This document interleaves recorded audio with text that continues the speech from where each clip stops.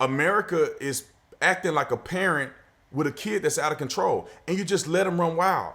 You already talked to him. You already put him in timeout. Now it's time to get a whooping. We've already told them they need to stop. People have been arrested. If you keep doing this, you're gonna have to be met with force.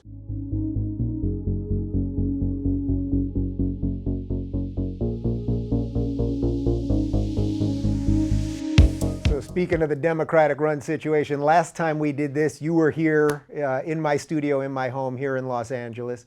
So right now, I was just scanning Twitter before I started chatting with you, and I can see activists, Antifa and Black Lives Matter activists, talking about which neighborhoods to go to, depending on whether they have immigrants there, or it's more heavily black or more heavily white, or the rest of it.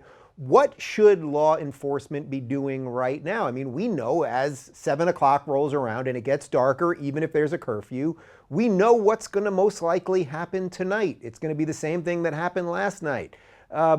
What should they be doing? I mean, if you're an officer, or you're the head of the LAPD, what should you be doing right now? It's time to take a strong stance. I said this on the news earlier, or it was a couple days ago, that America is acting like a parent with a kid that's out of control, and you just let them run wild. You already talked to him. You already put him in timeout. Now it's time to get a whooping. We've already told them they need to stop. People have been arrested.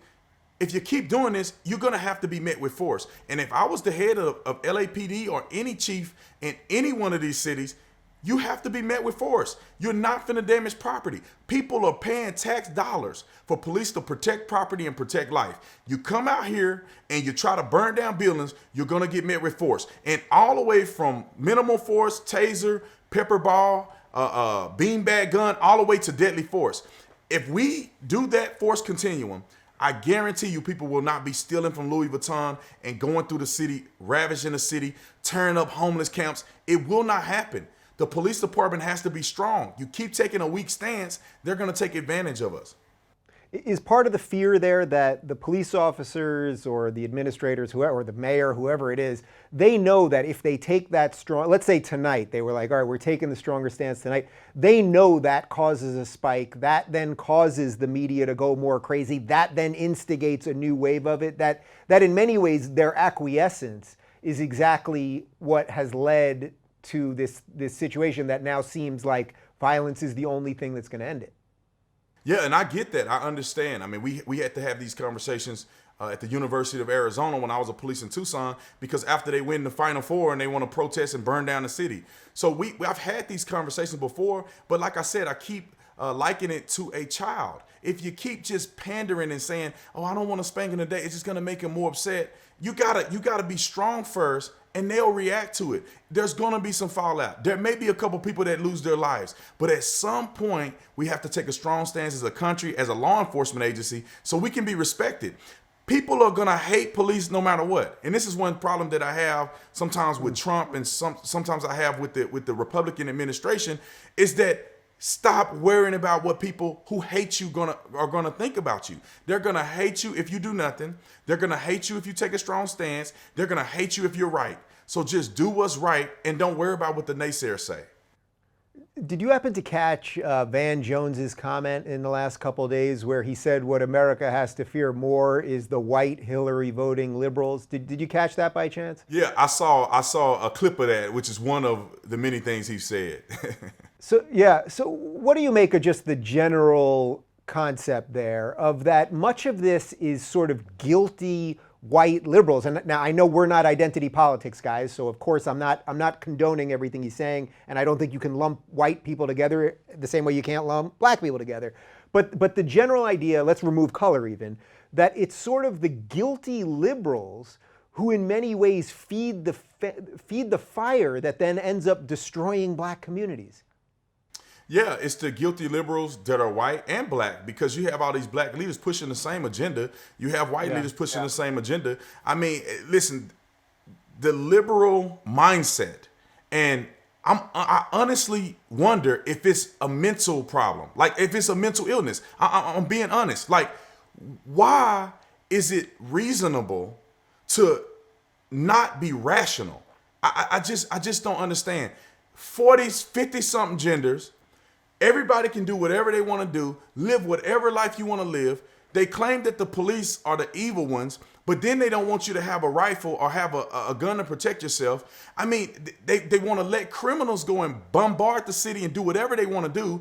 But if you're a law-abiding citizen, you should be punished. They want you to wear a mask, but then they allow people to not social distance because it's for the right cause. These are people who are illogical amongst us.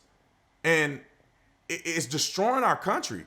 And these same mentally adverse individuals are the ones that have socialism, communism.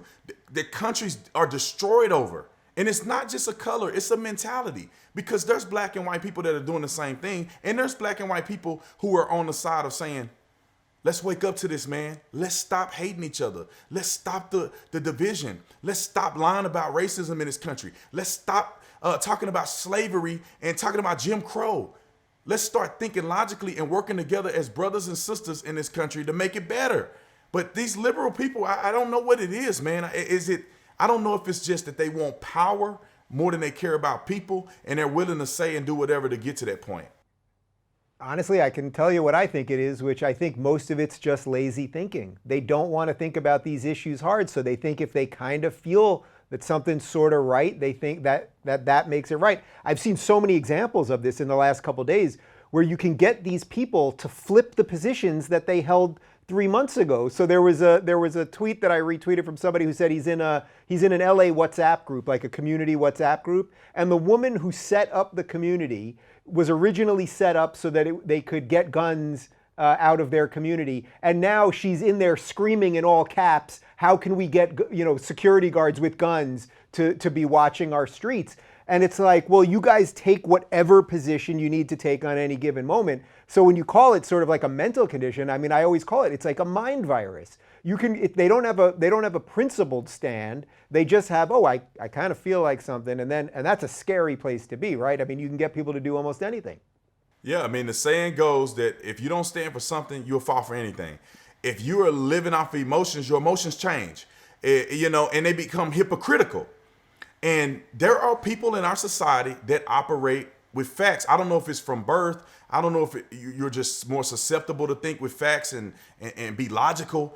I don't know what it is, Dave. And I'm afraid that if we don't start calling this stuff out, the good people or the people who are strong-minded, we're going to be overrun by these lunatics because they are willing to go all the way out. And some of us who are rational and logical, we're not. I'm not willing to go out and protest and burn down buildings because I don't like the COVID-19 response. That's my last resort. That's after I've gone to the legislator. That's after I've complained to the governor. That's after I have been peaceful for a significant amount of time. I'm not willing to go and burn down places and kill people over emotions. And these are things that I believe the strong man has to stand up for. And white people, and I don't mean to play identity politics, but we need to start keeping it 100. White people need to start being bolder and more brave and standing up against the lies against the white privilege, police brutality. All white people are bad. You're born with silver spoons. You are oppressing a black man.